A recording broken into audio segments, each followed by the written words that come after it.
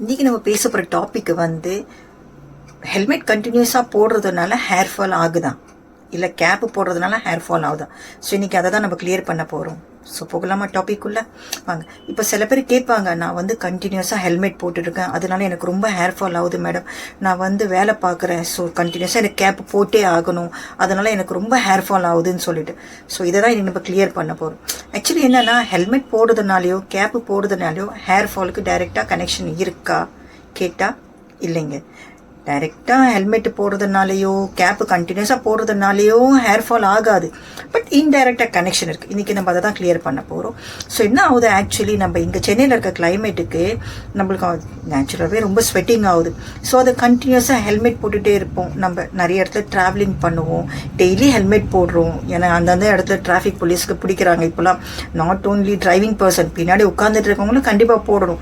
So அந்த helmet போடுறோமே, என்னைக்காச்சும் அதுக்குள்ளே இருக்க அந்த கிளாத் எடுத்து நம்மளால் வாஷ் பண்ண முடியுதா? இல்லை நம்ம கேப்பு தான் யூஸ் பண்ணுறோம், என்னைக்காச்சும் அதுக்குள்ளே இல்லை அந்த கேப் எப்பயாச்சும் நம்ம வாஷ் பண்ணியிருக்கோமா? பண்ணுறதே இல்லை. அந்த காலையில் போட்டுட்டு போகிறோம், ஈவினிங் வந்து வச்சிடுறோம், அவ்வளோதான். நெக்ஸ்ட் டே திருப்பி போட்டுட்டு போகிறோம். ஸோ இதனால் என்ன ஆகும், நம்ம டெய்லி அந்த ஹெல்மெட் அதே ரூட்டீன் போடுறதுனால அந்த நம்ம ஸ்வெட்டிங் ஆகுதுல்ல, தலையிலையும் ஸ்வெட்டிங் ஆகுது, காற்று போகிறதுல அந்த ரொம்ப டைட்டாக ஹெல்மெட் உட்காந்துக்குது. ஸோ என்ன அந்த ஸ்வெட்டிங்கு, அதை தண்ணி சேர்ந்து ஸ்வெட்டிங் சேர்ந்து நம்ம ஸ்கால்பில் வந்து இன்ஃபெக்ஷன் ஆகும். சம்டைம்ஸ் அந்த ஒயிட் டேண்ட்ரஃப் மாதிரியாகவும் இன்ஃபெக்ஷன் ஆகும், போர்ஸ் மாதிரி வரும், சில புண்ணுங்க மாதிரி வரும். ஸோ இதனால தான், இந்த இன்ஃபெக்ஷனால தான் நம்மளுக்கு வந்து ஹேர் ஃபால் ஆகிற சான்சஸ் அதிகமாக இருக்குது. அதே மாதிரி இந்த நம்ம கேப்பு போடும் போதும் கேப்புக்குள்ள அந்த நெட்டு மாதிரி இருக்கும்ல, ஸோ அந்த ஸ்வெட்டிங்ஸு சேர்ந்து அது நம்ம கண்டினியூஸாக போடும் போது தான் அது என்ன ஆகும், இன்ஃபெக்ஷன் ஆகும், புண்ணு மாதிரி வரும், பாயில்ஸ் வரும். ஸோ அது பஸ்ஸா மாதிரி அதுக்கப்புறம் நம்மளுக்கு ஹேர் ஃபால் ஆகிற சான்சஸ் இருக்குது. சம்டைம்ஸ் என்ன கண்டினியூஸாக போட்டுட்டு இருந்தால் கூட காற்றே போகாது நம்மளுக்கு, அதனால கூட இந்த ஹீட்டு மாதிரியாகி கூட நம்மளுக்கு ஹேர் ஃபாலும்.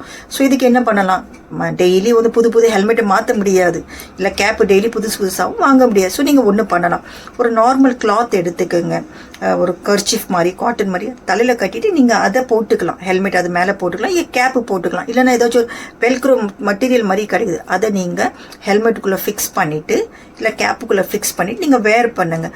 அதுக்கப்புறம் வீட்டுக்கு வந்ததுக்கப்புறம் அதை எடுத்துகிட்டு வாஷ் பண்ணிவிட்டு நெக்ஸ்ட் டே அகெயின் யூ வேர். இதே மாதிரி நீங்கள் பண்ணிங்கன்னா உங்களுக்கு இந்த ஹேர் ஃபால் இஷ்யூஸு, இந்த டேண்ட்ரஃப் இஷ்யூஸு இதெல்லாம் ரொம்பவே கம்மியாக பாசிபிள்.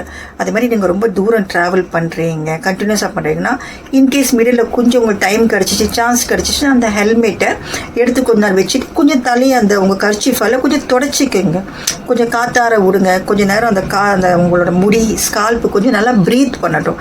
அது பண்ணாலே உங்களுக்கு நல்லாயிருக்கும். அந்த இன்ஃபெக்ஷன்ஸோ அந்த ஹேர் ஃபால் இஷ்யூஸோ அந்த டேண்ட்ரஃப் இஷ்யூஸ்லாம் யூ கேன் அவாய்ட். இதெல்லாம் பண்ணியுமே உங்களுக்கு ஹேர் ஃபால் ஆகுது, ஹெல்மெட்னால தான் ஆகுதுன்னு அப்படி நீங்கள் ஃபீல் பண்ணிங்கன்னா நீங்கள் ஃபேஸ் வேல்யூக்கு வரலாம். We will give a solution, a treatment. ஓகேவா? Good luck.